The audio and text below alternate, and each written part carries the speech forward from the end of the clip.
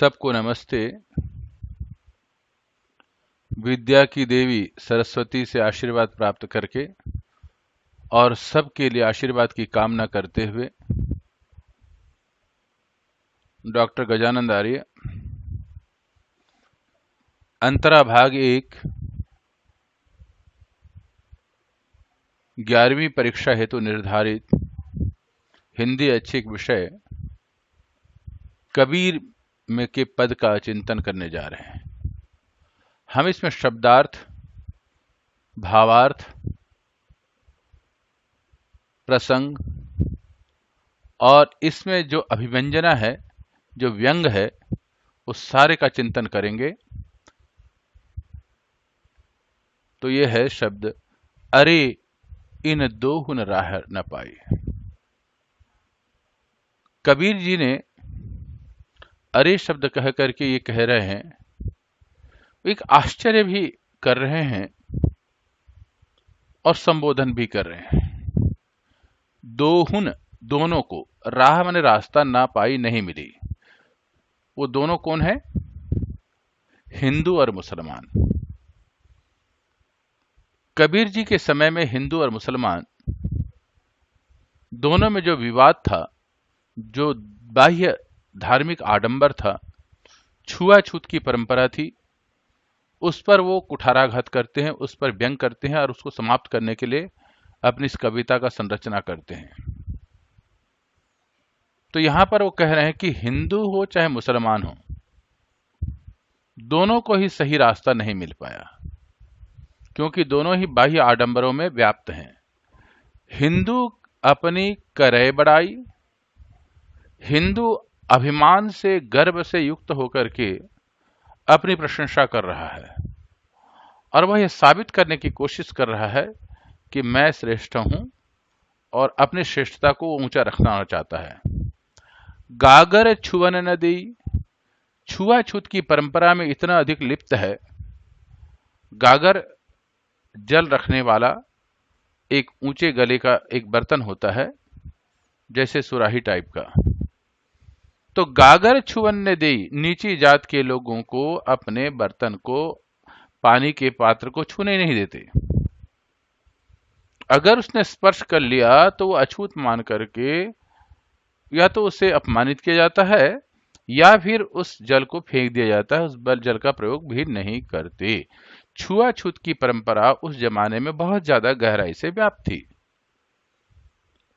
एक ओर तो हिंदू जो है, इंसान को इंसान न मानकर, मनुष्य को न मनुष्य न मानकर, जन्म से नीची जाति का अगर हो जाता है कोई, अगर नीची जाति में कोई जन्म ले लेता है, चाहे वह कितना भी श्रेष्ठ व्यक्ति क्यों न हो, उसे नीचा ही मानते हैं, उसे अछूत ही मानते हैं। और दूसरी तरफ बेश्या के पायन तर सोवे कर देह देखो हिंदवाई, ये इनका हिंदुत्व है, हिंदवाई हिंदुत्व।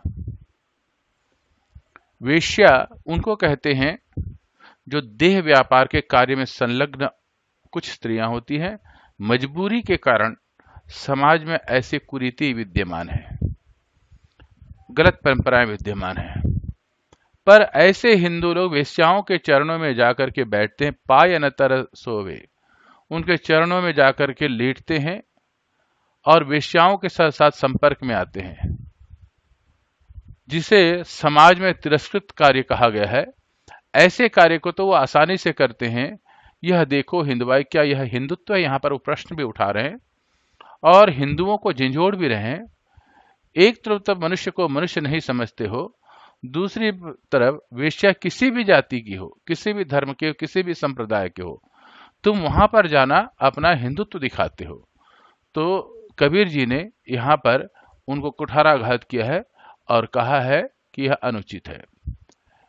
मुसलमान के पीर औलिया मुर्गा मुर्गी खाई, और मुसलमानों के जो धर्म गुरु हैं, पीर का मतलब होता है धर्म गुरु और औलिया का मतलब ऐसे सिद्ध पुरुष, मुर्गा मुर्गी खाई, उन लोग नॉनवेज खाते हैं, अर्थात मुर्गा या मुर्गी को मार के काट करके घर में ला करके पका करके खाते हैं या घर में काट करके उसे खाते हैं। और खाला केरी बेटी ब्याहे घर ही करे सगाई, खाला कहते मौसी, अर्थात माँ की छोटी बहन मौसी हुई। हिंदू शास्त्र में, हिंदू परंपरा में कहीं 3 गोत्र, कहीं 4 गोत्र, कहीं 7 गोत्र छोड़ करके विवाह करने का विधान है। उसके पीछे तर्क ये दिया जाता है कि जितना दूर का रिश्ता उतना ही प्रेम अधिक बैठता है, और जो करीबी रिश्ता होता है वो भाई बहन का रिश्ता होता है। लेकिन मुस्लिम संप्रदाय में ऐसी व्यवस्था नहीं है। वो अपनी मौसी की बेटी से या बेटे से एक दूसरे का विवाह करवा देते हैं। खाला केरी बेटी ब्याहे, मौसी की बेटी से तो शादी कर लेते हैं, अर्थात हमारे रिश्ते, हमारे हिंदू धर्म के मुताबिक वो बहन की परंपरा में आती है। घर में ही करे सगाई, और घर में ही सगाई कर लेते हैं। बाहर से एक मुर्दा लाए, धोए धोए चढ़वाई, और चाहे बकरा हो चाहे अन्य हो, प्राणी हो, जिसको मार करके लाते हैं बाहर में, उसको मुर्दा कहा है। जब कोई प्राणी मर जाता है तो मुर्दा कहलाता है। तो उसको लाते हैं, जैसे मुर्गा है, बकरा है, उनको ला करके धोते हैं, और धो करके चढ़वाई घर में, रसोई घर में पकाते हैं, पकाने के लिए बर्तन में चढ़ाते हैं, अर्थात खाना बनाते हैं, उसका भोजन बनाते हैं। और भोजन बनने के बाद सब सखियां मिली जेवन बैठी, घर भर करे बड़ाई। सब सखियां, घर में जितनी भी स्त्रियां हैं, जितनी भी महिलाएं एक साथ खाना खाती हैं, एक ही बर्तन में खाना खाती। जेवन का मतलब भोजन, भोजन करने के एक साथ मिलकर के बैठती हैं, और साथ में जो उच्छिष्ट परंपरा है, जूठन की परंपरा है, उससे भी, उसको भी वो नहीं मानती। जबकि हिंदू धर्म हो, चाहे मेडिकल साइंस हो, चाहे विज्ञान हो, उसमें यह कहा जाता है एक दूसरे का जूठा नहीं खाना चाहिए, क्योंकि किसी भी प्रकार का वायरस संक्रमित हो सकता है, या किसी भी प्रकार का बीमारी, जैसे एक व्यक्ति किसी भी प्रकार से बीमारी से ग्रस्त है तो उसको दूसरे को भी वो बीमारी होने की संभावना है। इसलिए सबका भोजन भिन्न भिन्न होना चाहिए, सबके बर्तन भिन्न भिन्न होने चाहिए भोजन करते समय स्पेशली। और साथ में इकट्ठे बैठ करके सभी औरतें बैठ करके एक ही बर्तन में खाना खाती हैं, घर भर करे बढ़ाई, और उसकी तारीफ करते हैं, क्या स्वादिष्ट बना हुआ है। मुर्दा को पका रहे हैं और उसको जो है एक साथ बैठ के खा रहे हैं, और उसकी तारीफ की जा रही है कि क्या स्वादिष्ट बना है। तो लेखक ने, कवि ने यहाँ पर स्पष्ट शब्दों में कहा कि घर में जो, और उनके धर्म में जो आडंबर है वो अनुचित है, अशास्त्रीय है, और चिकित्सा शास्त्र की दृष्टि से, मेडिकल साइंस के हिसाब से वह अनुचित है। हिंदू की हिंदवाई देखी, तुर्कन की तुर्काई। ऊपर जो लिखा है ये हिंदुओं का हिंदुत्व है। तुर्कन कहते हैं मुसलमान, क्योंकि तुर्किस्तान से आकर के मुसलमान जो वैसे हुए उनको तुर्कन कहते हैं। तो मुसलमानों की ये मुसलमानी देखी। कहे कबीर सुनो भई साधो, कौन राह बह जाई। यह समाज जो है किस रास्ते पे जा रहा है। इस भारतीय परंपरा को उन्होंने कहा है कि जो आडंबर है, जो बाह्य दिखावा है, उस पर कहते हैं छुआछूत की परंपरा है, इन सबको दूर किया जाए और समाज को तरक्की के पथ पर लिया जाए। तो यहाँ पर सामाजिक एकता के विषय में वर्णन किया जा रहा है, और कुरीतियों पर वो व्यंग करते हैं, प्रहार करते हैं, छुआछूत की बात को दूर करना चाहते हैं। इस पूरी पद पे यह प्रकरण का वर्णन है। अब अगर पद नंबर 2, यह आध्यात्मिक कविता है। इसमें आत्मा को पत्नी और विरहिणी पत्नी के रूप में, प्रेमिका के रूप में स्वीकार किया है, और परमात्मा को पति के रूप में स्वीकार किया है। तो बालम आओ हमारे गेहरे, गेह का मतलब घर, हमारे घर में बालम, हे प्रियतम आओ। इसका वर्णन कबीरदास जी ने बड़े सुंदर तरीके से किया है। कबीरदास जी ने प्रियतम अर्थात ईश्वर को पुकार रहे हैं, कहते हैं हमारे शरीर में आ जाओ। तुम बिना दुखिया देह रे, यह मेरा शरीर तुम्हारे बिना बड़ा कष्ट से में गुजार रहा है। यहां पर कवि पुकार रहे हैं अपने प्रियतम को, अपने बालम को, और उनसे अपने इस शरीर में आने के लिए कामना कर रहे हैं। यह उनकी आकांक्षा है, क्योंकि आत्मा विरहिणी के रूप में यहां पर उपस्थित है। विरहिणी का मतलब यह है बिना परमात्मा के, बिना प्रियतम के अकेलेपन को महसूस कर रही है। यह उनके चरम भक्ति का परिणाम भी है।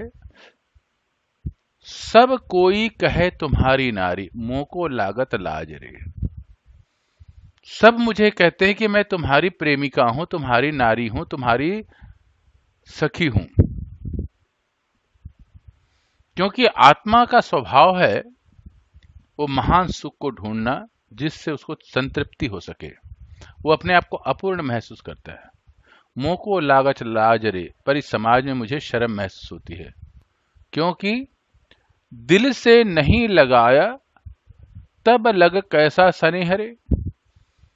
मुझे विश्वास है कि तुम मुझसे प्यार करते हो, स्नेह करते हो, क्योंकि तुम परमात्मा हो। तुम अपने भक्तों से स्नेह करते हो, जो तुमसे पुकारता है, मैं भी पुकार रहा हूं। तुमने मुझे दिल से नहीं लगाया, हृदय से नहीं लगाया, तो ये कैसा प्रेम है। दूरी नहीं चाहिए मुझे, मेरे हृदय में बस जाओ और मेरे हृदय को अपने हृदय से लगा लो। दोनों में समानता होनी चाहिए। यहां पर बाह्य प्रेम के भी बारे में वर्णन कर रहे हैं। एक प्रेमिका अपने प्रेमी से जब हृदय से हृदय लगा लेते हैं, तो दोनों में एक अद्भुत आनंद की अनुभूति होती है। तो बाह्य प्रेम का भी वर्णन करते हैं और आंतरिक प्रेम का वर्णन भी करते हैं। जब आत्मा परमात्मा से मिल जाता है तो अद्भुत आनंद की अनुभूति होती है। तो दोनों ही प्रेम का यहाँ पर वर्णन करते हैं। जहां वो वियोग श्रृंगार पक्ष को भी रख रहे हैं, वहां पर सांसारिकता और वासना को युक्त प्रेम को भी वो स्वीकार करते हैं। अन्न न भावे नींद न आवे, गृह बन धरे न धीर रे। मुझे तुम्हारे बिना न अन्न खाना भोजन अच्छा लग रहा है, नींद ना आवे, तुम्हारे बिना नींद भी नहीं आ रही, क्योंकि मैं विरह की वेदना में संतृप्त हूं। तो यहां पर भक्त का या कबीर जी का आत्मा को जो है दुखी है, इसलिए क्योंकि उसका प्रियतम उसे प्राप्त नहीं हो रहा है। वो लिखते हैं गृह बन धरे न धीरे, चाहे जंगल हो, बन जंगल, चाहे घर हो चाहे जंगल हो, धरे न धीर, मेरे को वहां पर धैर्य नहीं है। बस एक ही कामना है कि किसी भी प्रकार से तुम मुझे मिल जाओ। कामिन को है बालम प्यारा। कामिन का मतलब होता है जो काम वासना से युक्त प्रेयसी है, जिसकी वासना अभी जाग गई है और वासना से अभिभूत होकर के उसको एक ही चीज चाहिए, न अन्न चाहिए न नींद चाहिए, सिर्फ उसे बालम मतलब प्रियतम ही चाहिए। प्रियतम के प्राप्ति होने पर ही काम वासना से युक्त प्रेमिका को उसे संतुष्टि मिलती है, उसका आनंद की अनुभूति होती है। इसीलिए यहाँ पर कामिन को बालम प्यारा, जैसे एक कामिन प्रेयसी युक्त प्रेयसी को काम वासना से युक्त प्रेयसी को बालम प्रेमी ही प्यारा है, प्रियतम ही प्यारा है। ज्यों प्यासे को नीर रे, जैसे यहाँ पर उदाहरण दे रहे हैं और इसमें उत्प्रेक्षा अलंकार का प्रयोग किया गया है। प्यासे को नीर रे, जैसे एक प्यासा व्यक्ति को सिर्फ पानी ही उसकी प्यास बुझा सकता है, इसी प्रकार से वासना युक्त प्रेमिका को उसका प्रेमी ही उसका प्यास बुझा सकता है कोई ऐसा पर उपकारी, ऐसा कोई व्यक्ति है जो दूसरों का उपकार करना चाहता है। वो किसको? पीवसो कहे सुनाए रे, वो संदेश भेजना चाहते हैं। पीवसो मतलब प्रियतम के पास, अपने प्रियतम के पास संदेश भेजना चाहते हैं कि कोई जाकर के मेरे प्रियतम को संदेश सुना दे कि तुम्हारी प्रेमिका तुम्हारे बिना बहुत प्यासी है, दुखी है, तुम्हारी प्रतीक्षा कर रही है। तो ऐसे अपने प्रियतम के पास जाकर के अपना संदेश सुना दें। तो यहाँ पर कबीरदास जी ने आकांक्षा, चाहत और वियोग श्रृंगार की चरम सीमा को वर्णन किया है। अब तो बेहाल कबीर भयो है।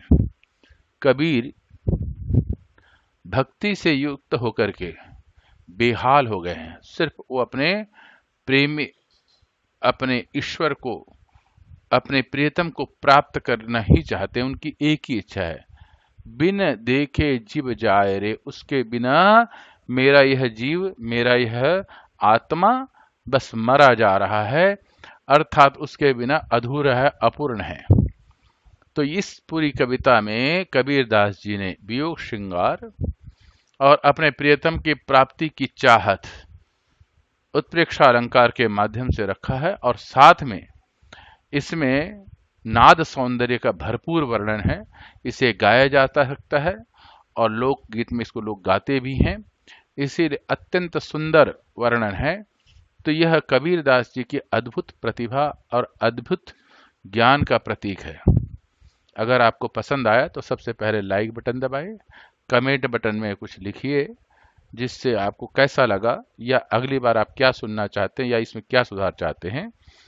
और हम अगले प्रसंग पे पाठ्य पुस्तक के प्रश्नोत्तर के चिंतन करेंगे। साथ में सब्सक्राइब बटन दबाएं और अपने कुछ मित्रों को भेजें ताकि सभी मित्र इसका आनंद ले सकें। अगर आपको कठिन शब्द कहीं भी समझ में ना आता हो तो आप यहाँ से भी देख सकते हैं, जैसे पाइन तर पैरों के पास, पैरों पर, पीर आध्यात्मिक गुरु, औलिया संत फकीर, खाला मौसी माँ की बहन, जीवन जीमना भोजन करना, तुर्कन हिंदुस्तान में आए हुए मुसलमान शासक, गेह घर, कामिन प्रेमिका। तो आपको यह पसंद आया तो आप अपने मित्रों को भेजें और हिंदी साहित्य का प्रचार करें। उन पाठक छात्रों को भेजें जो इसको पढ़ना चाहते हैं। तो सभी को मेरा फिर नमस्ते, और अगले वीडियो के प्राप्त करने के लिए, जिसमें इस कविता के प्रश्नोत्तर होगा, पाठ्य पुस्तक के प्रश्नोत्तर होगा, उसको लिंक प्राप्त करने के लिए सब्सक्राइब बटन दबाइए और आपको वहां पर अगला वीडियो प्राप्त हो जाएगा। इस प्रकार सबको नमस्ते।